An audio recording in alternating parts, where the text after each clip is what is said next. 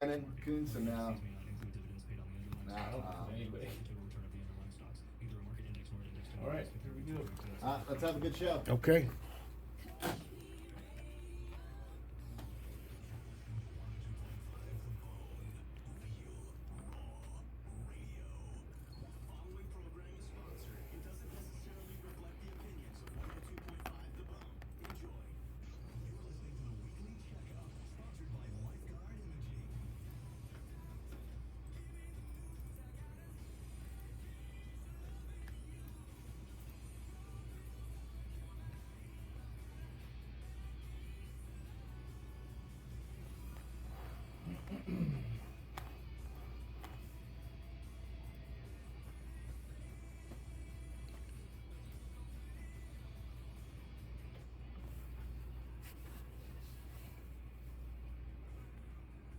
It is the weekly checkup 1025 The Bone. Good morning. It's 10:02 a.m. Today's date is September 9, 2023. If that is in fact today's date, this is a live, I repeat, live radio program that you can interact with right now. My name's Will Kuntz. The weekly checkup is brought to you by our friends at Lifeguard Imaging.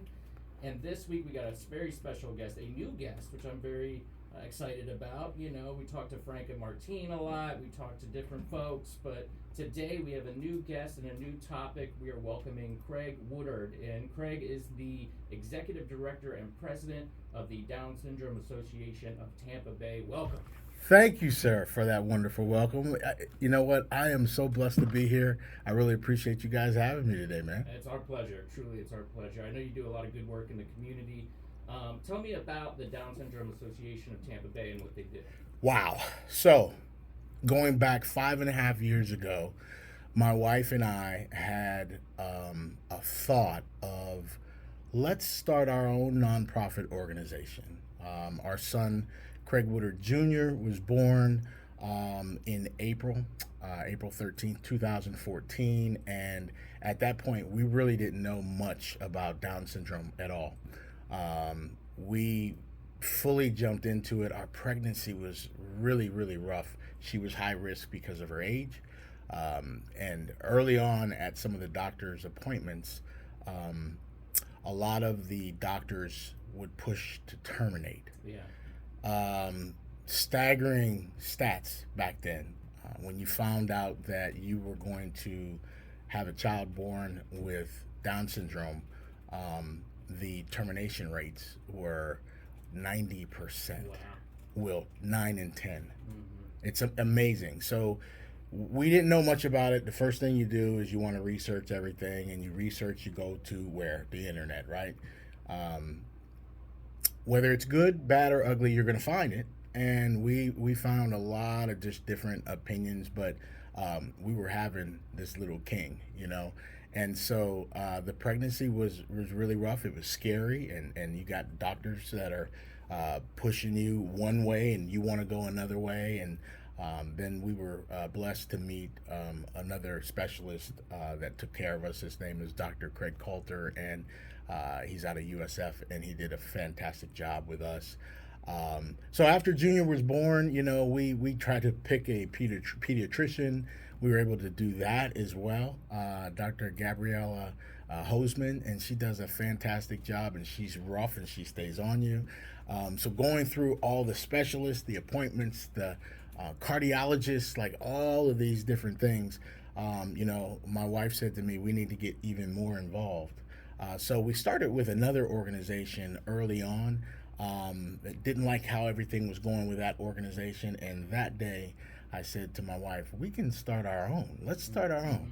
And so we brought a few like-minded individuals along with us that are parents of children blessed with Down syndrome as well, and we came up with the name. And the Down Syndrome Association of Tampa Bay was founded and created and started February 23rd, 2018. And we picked a logo, and we are now operating and doing the things that I envisioned us doing back then. I wanted to be a resource for those that are having a child with Down syndrome, that don't know what they're going to get into, but also have someone to reach out to ask those hard questions. Yeah. You know, Right. that was the other thing that pushed me to write my book. Down syndrome, blessed with this ability. I always try to put a positive spin on disability and call it this ability, because all these kids are angels. They really are. They possess something different. They have obviously an extra chromosome, which is the chromosome number 21, and that's why they have Down syndrome is known as trisomy 21, 321. You see my jersey, right? Yeah, I did. You see the that, 3, yeah. and then the 2-1 over here. One up there, Gotta represent. And blue and yellow is the colors. These kids are special, but that extra chromosome is a chromosome of love. You'll never meet an individual blessed with Down syndrome that either doesn't want to hug you, that possesses that extra smile, and my child definitely has it. And we love to do things in service the Down syndrome community. We just inserted ourselves here in the Tampa Bay area, and I'm grateful. I'm grateful. What was that like when you found out that your child was going to be born with this disease? What kind of went through your head, and where did you go from there? And it's not a disease; it's a chromosomal condition, right? And the thing that we do all the time is we try to educate, and people say things because they don't know, and we didn't know either. I'm probably going to say a lot of wrong things. Absolutely, Right? So we'll do some live corrections, right? And it's all good. This is raw, and this is what reality is, and this is how we handle things in real life. So what happens through your pregnancy is you get markers through either blood work, some of the tests that they run. They determine that you have markers to have a child born with Down syndrome. They don't know for sure yet, but the markers are indicators. And when you hear that, you just are like, okay, well, what's Down syndrome? You know, let's look it up, and then they send you to a specialist, and the markers are still there, and they keep watching them every time we come for an appointment. My wife and I spoke with one another, and this was her first child. I have 2 older children from my first marriage. And I wanted this experience to be gratifying for her, and it wasn't. And I can feel where a lot of other parents are coming from. So I wanted to make sure that when we started DSATB, that we would be a huge resource to let people know, like, take a deep breath. It's going to be okay. And first off, congratulations, you know. So it wasn't the best news that we could have gotten, but it was the best news we could have gotten. That makes sense?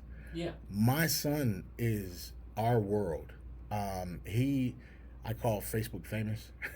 He touches people in a way that I never would have imagined. So, you know, when you look at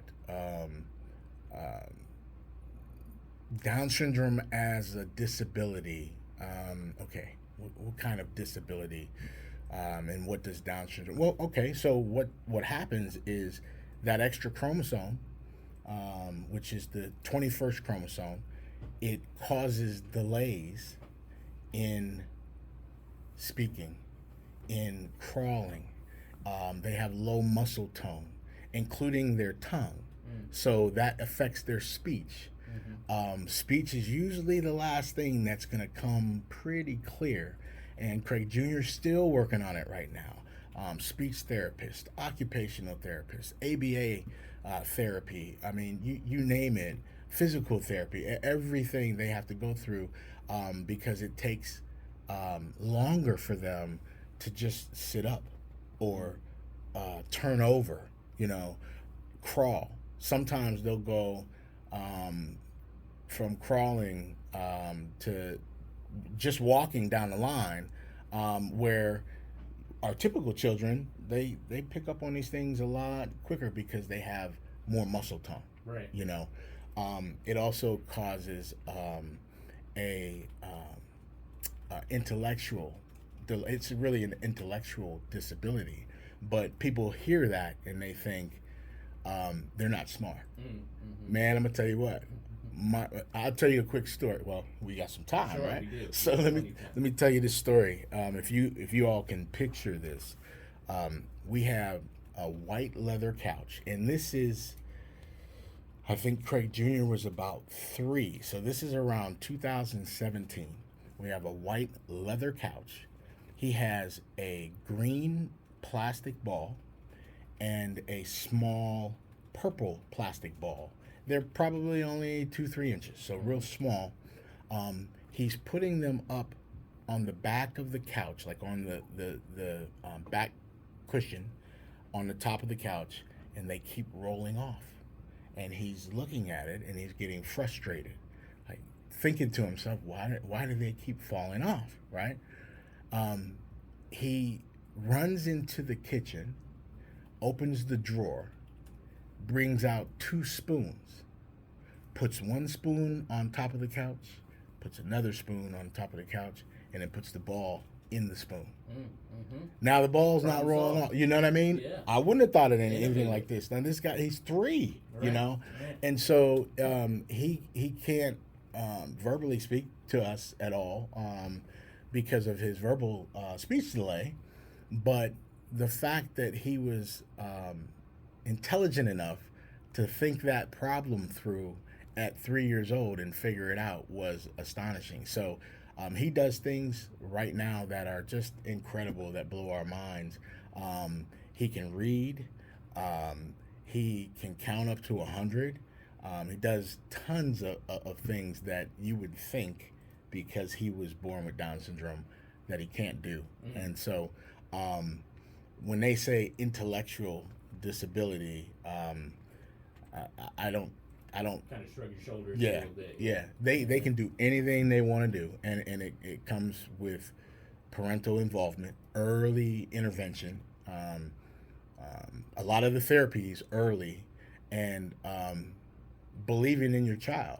And that's the one thing that my wife and I definitely have. Our journey right now is to prepare him for independent adulthood, to get him ready to live on his own. Yeah, that's one of the things I wanted to ask you about. Yeah. Because I think there's a lot of, I don't know if stigma or stereotype would be the right word, but that they're just totally disabled and can't do anything. They're going to have to, and people who choose to, bring somebody with Down syndrome full pregnancy, Mhm. You run the risk of leaving them behind, just as the life cycle continues. As parents, you're going to leave your children behind, and then what happens, to them? You bring up something that is so pivotal in my life right now. I'm a big guy. I played football, overweight, and in April, my sister came down. She was overweight. She had 4 kids, and prior to that, she lost well over 100 pounds. She's a fitness instructor now, and she looks great.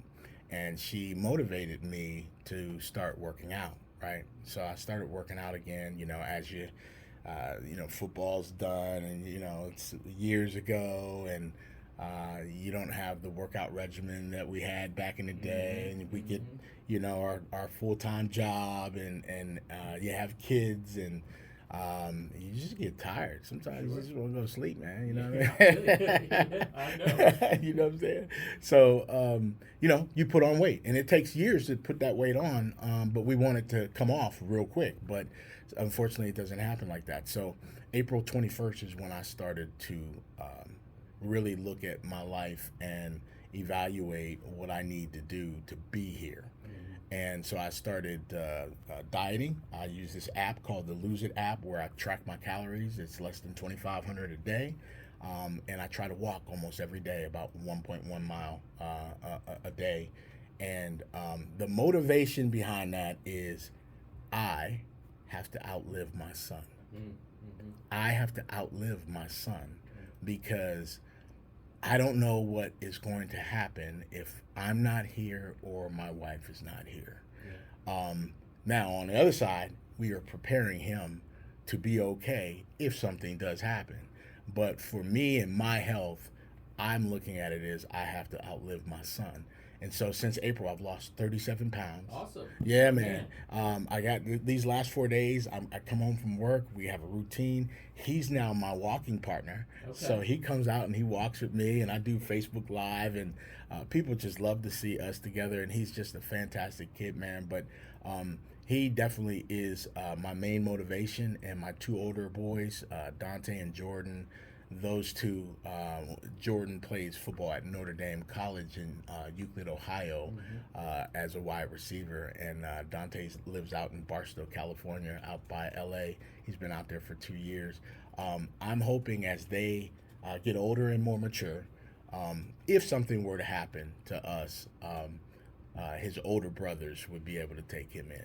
Right. Yeah. That's such a, I mean, crazy statement too. Is like you're preparing yourself to outlive your child, which is something that you're not supposed to do. I mean, Yeah. of course, life happens. You know, accidents happen, and that happens sometimes. Yep. However, knowing that that's the case has to be a mental hurdle. You know, that you all have to kind of jump over. Yeah, it's a mindset that I'm sure other parents of children with special needs understand where I'm coming from when you say that. It gives you a different sense of dedication to yourself as far as what you need to do to prepare yourself. And 10 years ago, I didn't think that way. Junior's 9 years old now, and even after he was born, there were so many thoughts that went through my mind, getting him prepared for school and going to these doctor's appointments, and my wife does an incredible job with him. So does my mom. She's a retired RN, and she moved in with us in December, so she helps out a lot. But to see this little boy go about life like nothing's wrong and do his thing just does us well. But we know that it's a cruel world out there. The next level is preparing him for middle school. Oh, that's the worst of the worst. Too. Absolutely. Yeah. I mean, just a big transition from elementary school to middle school, and we're still